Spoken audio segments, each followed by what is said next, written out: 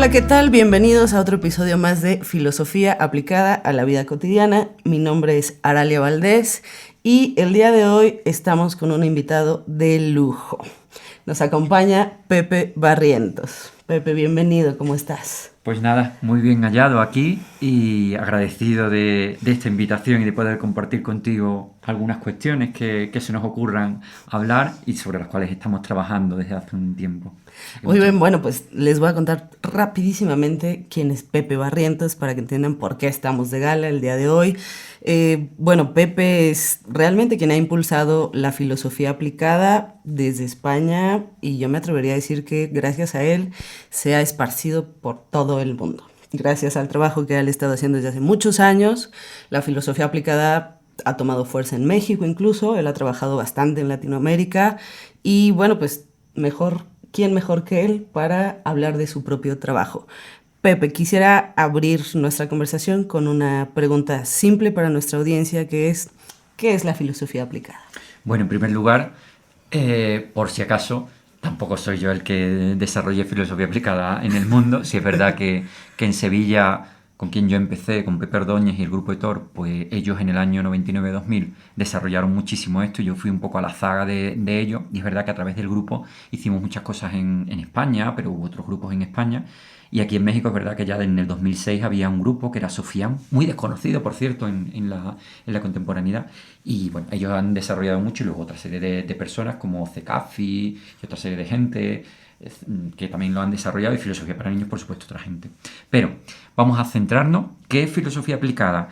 Pues yo creo que filosofía aplicada se define con una definición tan sencilla como aplicar la filosofía, es decir, agarrar a los autores, metodologías, formas de trabajo, teoría de la filosofía y llevarla a distintos tipos de contextos, como pueden ser prisión, como pueden ser el trabajo con niños, como puede ser el trabajo en un hospital. Pongo un ejemplo, si por ejemplo Husserl nos ayuda a ver más profundamente en la realidad y nos ayuda a descubrir cuál es la esencia, el eidos, dirían los filósofos, de determinados conceptos a través de ciertas metodologías, de ciertas reducciones, pues nosotros, ¿por qué no podríamos hacer eso dentro de un taller, ayudando a los niños a que descubran pues cuál es la esencia de una persona o cuál es la esencia de una cuchara o cuál es la esencia de una guitarra a través de, utilizando la propia metodología de Husserl, o sea, reducciones fenomenológicas, que aquí ya entraríamos en Honduras, ¿no? Pero la cuestión no es, por tanto, explicar la teoría de Husserl, o no exclusivamente explicar la teoría de Husserl, sino utilizar a Husserl precisamente para esto. O te pongo un segundo ejemplo, hermenéutica, teoría de la comprensión. Merleau-Ponty tiene una obra que se llama Fenomenología de la percepción y nos descubre que para comprender la realidad no solo comprendemos desde el mundo de las ideas, desde la racionalidad, sino que es posible entender desde el propio cuerpo. Y pone un ejemplo y dice, ¿quién entiende bien una música? Pues aquel que consigue bailar con la propia música. ¿Por qué? Porque el ritmo de la propia música termina entrando dentro del ritmo de la propia persona. En ese momento se llega a una comprensión de la sintonía de la música, que es muy diferente a si nosotros estamos intentando comprender la música desde las ideas, comprender la música desde un discurso. Bueno, pues si Merleau-Ponty nos ayuda a llegar a este tipo de comprensión de la música y desde otras cuestiones, desde el cuerpo, desde un cuerpo que danza, ¿por qué no hacer, por ejemplo, ¿por qué no hacer, por ejemplo, un taller de hermenéutica en donde intentemos entender la música desde el propio cuerpo? Filosofía aplicada es eso. Tenemos la teoría de los autores, ¿por qué no intentamos ponerla en práctica directamente o aplicarla directamente en estos otros tipos de conceptos? Ampliar un poco lo que es filosofía en otros medios mucho más teóricos. Oye, entonces, digamos que la filosofía aplicada podría ser aplicada tanto a personas individuales como a grupos. ¿Qué diferencia habría para aplicarlo yo como individuo? Es decir, yo solito puedo aplicarme la filosofía a mí mismo o tengo que ir con alguien que me ayude a aplicar la filosofía. ¿Y cuál sería la diferencia con grupos? ¿Qué impacto? ¿Qué metodología? Bueno, no hablemos de metodologías para no clavarnos en la textura, pero ¿cómo abordas de manera social esta aplicación filosófica y de manera individual? ¿Cuál sería la diferencia? a nivel histórico de lo que es filosofía aplicada o prácticas filosóficas o filosofía o asesoramiento filosófico, sí es verdad que ha habido dos tendencias y una muy fuerte ha sido la individual, que ha sido la orientación filosófica, el asesoramiento filosófico, la consultoría filosófica, y fundamentalmente se han desarrollado dos líneas. Una que se basa mucho más en la resolución de problemas, con la cual yo no estoy muy unido a esa línea, porque en algunas ocasiones utilizan una razón instrumental, es decir, un intento de resolver problemas y por lo tanto resocializar, y por lo tanto no es una dimensión crítica. Bueno, decía que en consultoría filosófica está esta dimensión, y hay otra que lo que intenta es pues disolver problemas y sobre todo reflexionar, ayudar a las personas, a los consultantes a que reflexionen en torno a determinados conflictos, y eso hace que sus vidas tengan de alguna forma mucho más peso.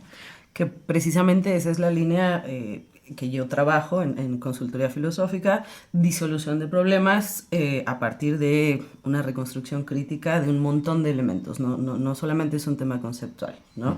Pero no te interrumpo más. Claro, precisamente lo interesante aquí es hacer filosofía, ayudar a la gente a que su vida tenga mucha más profundidad, mucha más reflexividad, y sucede que cuando eso se da, pues gran parte de los problemas se disuelven, no se resuelven, se disuelven, es decir, es como si introdujésemos una pastilla dentro del agua y de pronto yo no quiero que esa pastilla desaparezca, pero dentro de ese nuevo medio, esa pastilla que podemos pensar antes que era un problema, ya desaparece, porque en el nuevo medio donde la persona es mucho más profunda, determinados problemas que antes eran me generaban cuestionamiento, me generaban literalmente problemas, empiezo a verlos de otra forma y ya no son problemáticos. Es lo mismo que si pensamos en un niño pequeño y un adulto. El niño tiene determinados problemas que cuando madura y tiene una visión mucho más profunda de la realidad, esos problemas ya no tienen sentido, se han disuelto. Yo creo que este segundo sentido para mí es mucho más prometedor dentro de consultoría filosófica, pero hay otra gente que trabaja de otra forma. Por supuesto. Luego está el tema grupal, que es el que a mí en los últimos tiempos me llama mucho más la atención y me parece mucho más interesante, que es trabajar con grupos de personas determinadas teorías filosóficas, no para explicarle la teoría, sino para materializar la teoría en la realidad. Y entonces, como decía antes, pues teníamos los dos ejemplos de un trabajo de talleres fenomenológicos, un trabajo de talleres hermenéuticos, o, por ejemplo, con lo que estamos haciendo, el trabajo que estamos haciendo en algunas prisiones españolas. Imagínate trabajar el tema del estoicismo.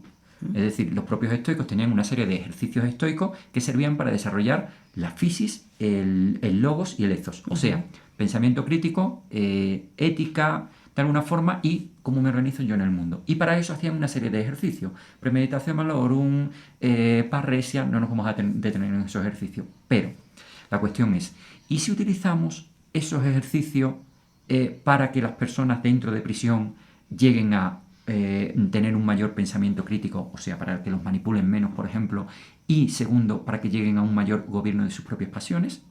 Es lo que hacían los estoicos.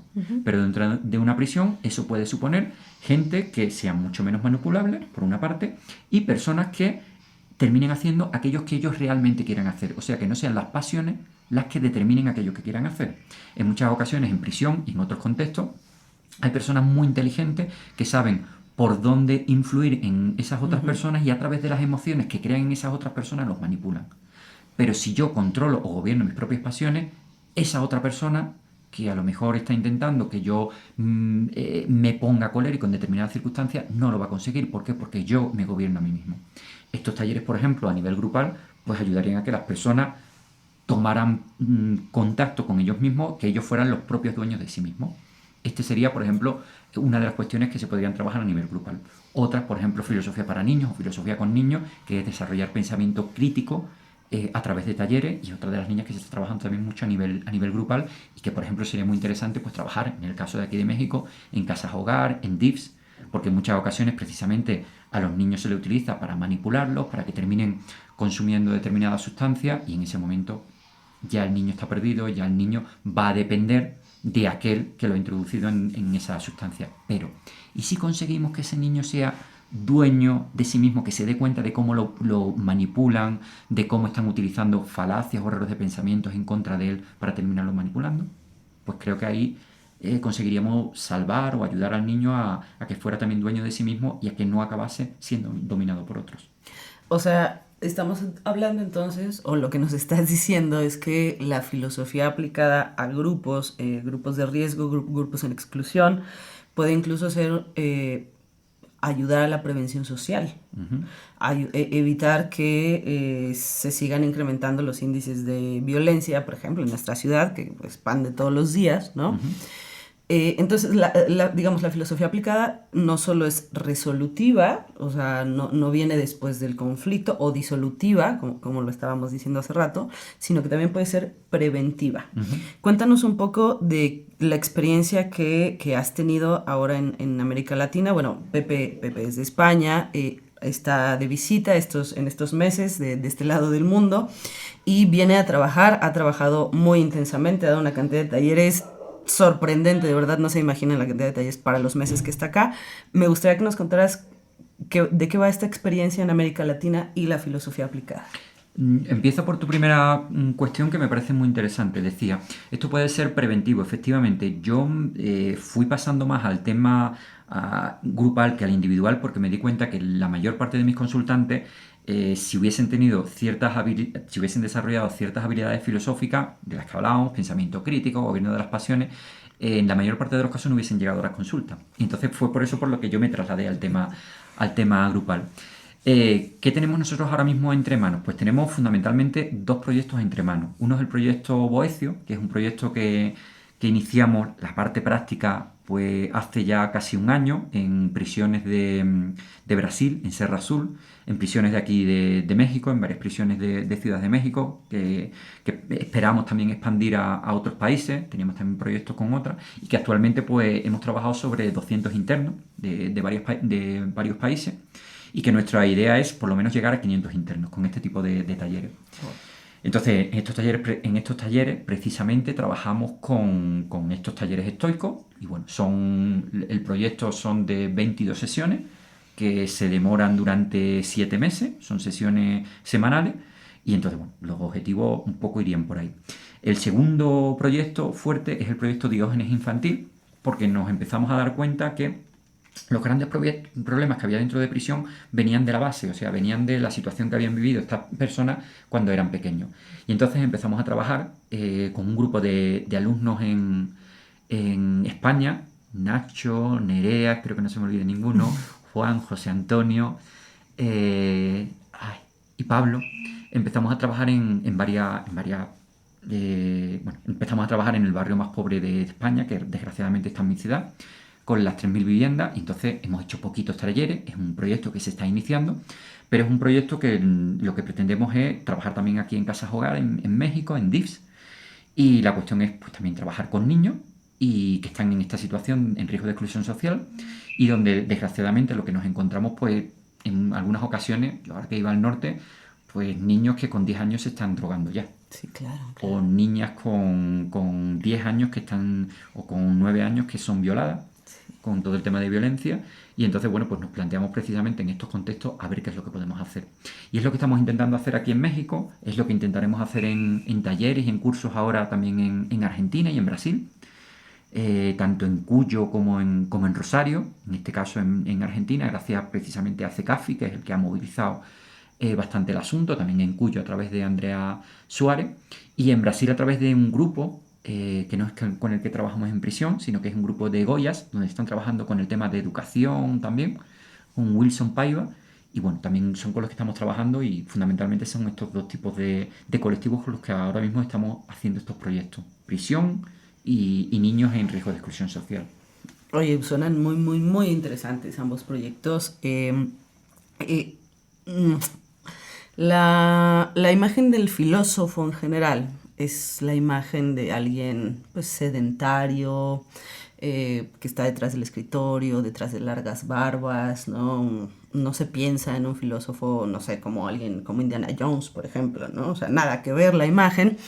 Me gustaría preguntarte, eh, ¿no es riesgoso el trabajo que están haciendo dentro de las prisiones o en las zonas marginales con niños en riesgo? O sea, digamos, sería filósofos en el terreno más peligroso de juego, se han enfrentado a algún tipo de problemas, o podemos seguir imaginando a este filósofo barbadito, impoluto, que no se mancha con la realidad, o qué tipo de filósofo es ese que está en el campo haciendo filosofía aplicada. Yo creo que el filósofo es lo que nosotros queramos, los filósofos queramos hacer. O sea, la imagen del filósofo la creamos los propios filósofos. Es algo tan sencillo como eso. Por lo tanto, vamos a tener o tenemos el filósofo que nos merecemos, que cada uno de nosotros nos merecemos, que cada uno de nosotros estamos trabajando.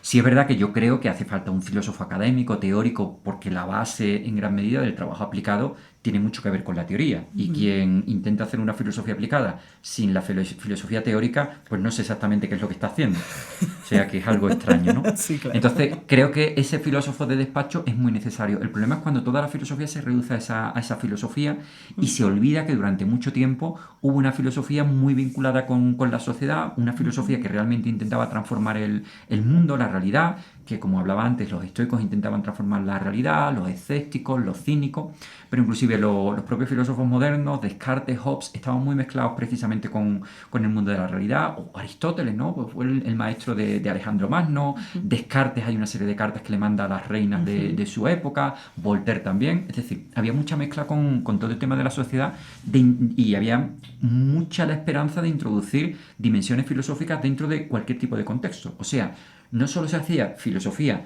de filósofos para filósofos, sino que esa filosofía se entendía que debía de tener un impacto dentro de la sociedad, ¿no? Inclusive en la contemporaneidad, pues María Zambrano tuvo sus test filosóficos, el propio Ortega pues también daba un poco charlas en este ámbito amplio, y lo que sí es verdad que en algunas ocasiones no se ha trabajado es con personas en riesgo de exclusión social, que como decías, lo que a mí me interesa más en los últimos tiempos, y efectivamente se viven situaciones de riesgo, pero bueno, el propio Sócrates vivió en una situación de riesgo, Séneca también acabó con las cicutas, y esperemos que nosotros no acabemos así, pero hay que pensar que ahí es donde se ve esto que hablamos en la teoría muchas veces de el problema del sistema, de cómo el sistema se revuelve en contra de la propia filosofía. El sistema se revuelve en contra de la propia filosofía cuando probablemente la filosofía lo está haciendo bien, que es cuando la filosofía realmente está siendo crítica con la sociedad. Cuando hay una filosofía de autores que realmente no provocan ningún tipo de crítica dentro de la sociedad o ningún tipo de impacto, yo creo que ahí está faltando algo. No me atrevería a decir que lo que están haciendo es algo diferente a la filosofía. Yo creo que están haciendo filosofía, pero algo está pasando y, en ese sentido, yo me atrevería a decir si realmente no están haciendo, sin darse cuenta, una filosofía sistemática. O sea, una filosofía que critica el sistema, pero lo suficiente para que ellos no sean corridos del sistema. Y entonces yo creo que ahí sí hay un sistema. Es lo que pasaba con la escuela de Frankfurt, o la primera escuela de Frankfurt. Hay una novela muy interesante que escribe Jeffrey sobre la primera escuela de Frankfurt y donde precisamente le critica eso a Jorge Jaime Adorno, que criticaba mucho al sistema, pero en el momento en que se van a América, a Estados Unidos, perdón, porque tienen problemas en Alemania, lo primero que hacen es escribir sus obras en alemán para no ser entendidos por los estadounidenses. ¿Por qué? Porque le podían retirar sus propias subvenciones o no pronunciaban determinadas palabras como por ejemplo revolución para evitar que le retirasen la financiación. En este sentido, pues este mismo autor comenta mucho que al fin y al cabo eran niños de papá, no sé si aquí está la expresión, Sí. Adorno, Horkheimer, yo creo que no solo eran niños de papá, pero en algún sentido en filosofía pasa eso, es decir, filósofos que realmente están criticando el sistema, pero con voz lo suficientemente baja para que el sistema no se vea afectado, y en ese sentido yo me preguntaría si realmente están haciendo una filosofía crítica, o probablemente lo estén haciendo en la teoría, pero yo no sé hasta qué punto hay una emancipación del sujeto en esos ámbitos. Yo creo que donde realmente hay emancipación es cuando realmente el filósofo, como decías antes, se está arriesgando, inclusive puede llegar a arriesgarse su propia vida, y donde el propio sistema se revuelve y puede llegar a generarse situaciones donde el propio sistema literalmente quiere matar al filósofo. Como en alguna ocasión, pues nosotros nos ha pasado, y en fin, no puedo comentar mucho los casos, pero donde efectivamente en algunas ocasiones miembros de mi equipo pues han sentido la sensación de que han ido a por ello, han ido a matarlo, y donde, bueno, pues hemos tenido problemas con determinados sistemas. Yo creo que de todas formas ahí es donde se hace una filosofía que busca la emancipación del sujeto. No desde el punto de vista teórico, sino desde un punto de vista real. Cuando realmente estamos dando problemas al propio sistema. Y creo que por ahí es por donde tenemos que incidir.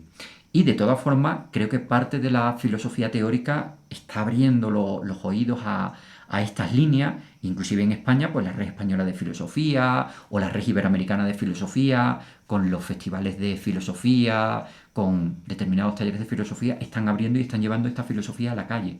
Pero vuelvo a decir lo mismo, para mí el desafío ya no es solo llevarlo a la calle, o sea, llevárselo a una sociedad, una clase media, media alta, sino llevarlo a la sociedad que no se puede permitir la filosofía, que es precisamente la clase cultural, social y económica que están en unos niveles inferiores, y creo que ahí es donde hace más falta, porque las clases medias, las clases altas, todo el tema de pensamiento crítico, de una forma u otra, más o menos lo desarrollan, pero donde no llega es precisamente a las clases más depauperadas de la sociedad.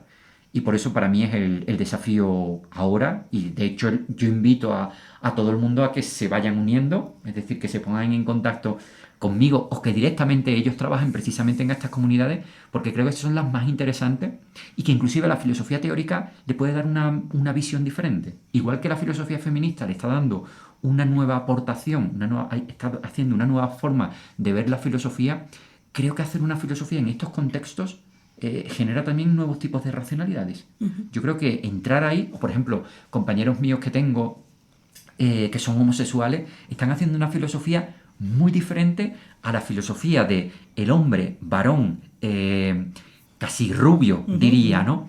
De un nivel medio alto. Eso generaba un tipo de filosofía, pero cuando entran otros actores sociales que también están haciendo filosofía, creo que inclusive a nivel teórico se puede generar una filosofía muy diferente. De hecho, se está generando ahora con determinados colectivos. Pero ¿por qué no hacer también filosofía con niños, que introducirían otros vectores, o filosofía con estos otros colectivos que están excluidos de la sociedad? Creo que inclusive a nivel de la teoría darían una nueva versión de la propia filosofía. Por supuesto. Súper interesante, Pepe. Oye, pues se nos fue el tiempo como agua, como siempre cuando estamos platicando, se nos va.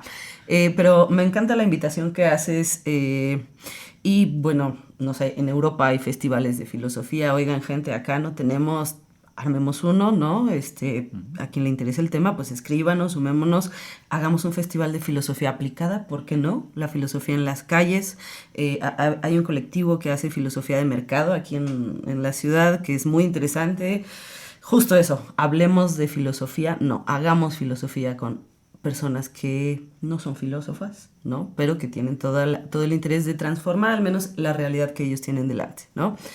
Bueno, pues, Pepe, déjanos tu correo para que se puedan contactar contigo, por favor. De hecho, antes de dar mi correo, es verdad que hay actividades muy interesantes, más filosofía en Madrid, lo están haciendo, es lo que decías, ¿no? Barcelona piensa, Valencia piensa, y la verdad es que se están haciendo actividades muy interesantes. Pero bueno, sí, yo os invito también a hacer por allí festivales, a ver si salen también en Sevilla. Mi correo. Sí, venga, es que lo que falta acá es coerción, precisamente, ¿no?